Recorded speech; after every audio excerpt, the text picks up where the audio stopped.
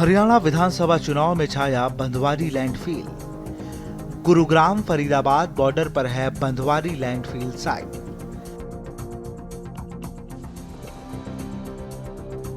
सभी दलों के लिए बना चुनावी मुद्दा। बीजेपी कर रही समस्या दूर होने की पहल का दावा। कांग्रेस बीजेपी के दावों का कर रही दरकिनार। हरियाणा के गुरुग्राम फरीदाबाद सीमा पर बंधवारी गांव के लोगों के लिए लैंडफील बहुत बड़ा नासूर है। चुनावों के समय लैंडफील राजनीतिक दलों के लिए गर्मा गर्म मुद्दा बन जाता है। बंधवारी लैंडफील 2010 में बनाया गया था। धीरे धीरे ये इलाके में कचरा डंपिंग का प्रमुख केंद्र बन गया। अब यहाँ गुरुग्राम फरीदाबाद से लाकर रोजाना 2000 टन से ज्यादा कचरा डंप किया जाता है। लोगों की शिकायत है कि लैंडफील की वजह से उन्हें गंदा पानी, तरह तरह की बीमारियां और आर्थिक नुकसान झेलना पड़ता है। वो कहते हैं कि उनकी चिंताओं को लगातार नजरअंदाज किया जाता है।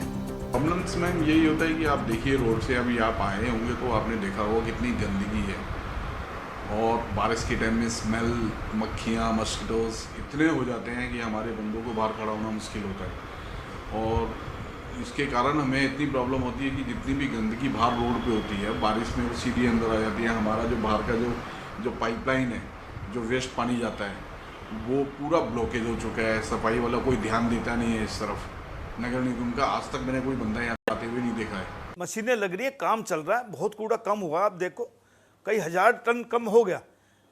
सेग्रीगेट कर रहे हैं और उसको सफाई कर रहे हैं, उसका हम खाद बना रहे हैं।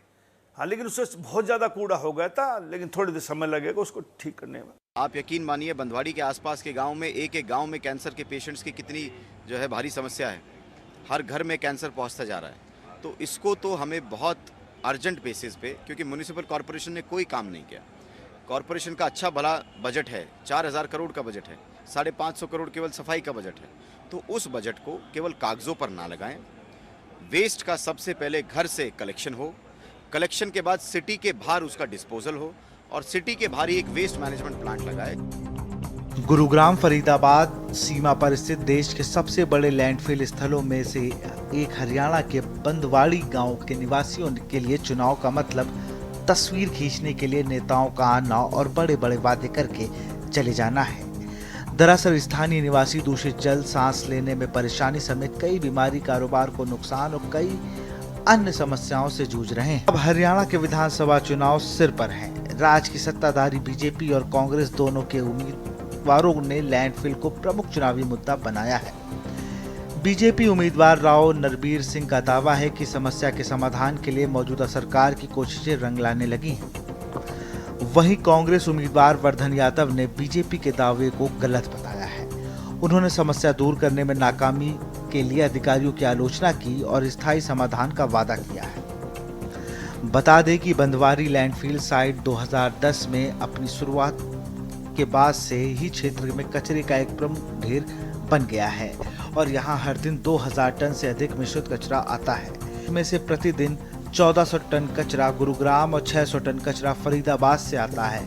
दोनों शहरों से उत्पन्न बहुत कम कचरा शोधित किया जाता है। एक ग्रामीण ने कहा कि पिछले कुछ वर्षों में गर्मी और मानसून के दौरान अपने घरों में बाहर बैठना तक दूभर होता है। अगर कचरा स्थल से हवा गांव की ओर आती है तो कोई सांस भी नहीं ले पाता।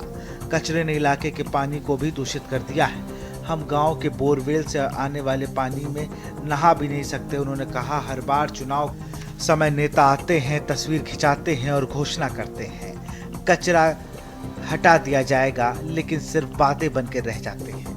आपको बता दें कि राजमार्ग स्थित ढाबा मालिकों की भी समस्या है और यह बहुत कम ग्राहक आते हैं। ढाबा मालिकों का कहना है कि यहाँ बदबू, मच्छर और हर जगह धूल है, इसलिए लोग यहाँ रुकना पसंद नहीं करते हैं। पिछले कुछ वर्षों में हालात बदतर हो गए हैं।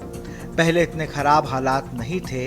यहाँ लैंडफिल न केवल ग्रामीणों के लिए बल्कि आसपास के भव्य अपार्टमेंट में रहने वाले लोगों के लिए भी एक चुनौती है। स्पेशल डेस्क, के न्यूज़ इंडिया।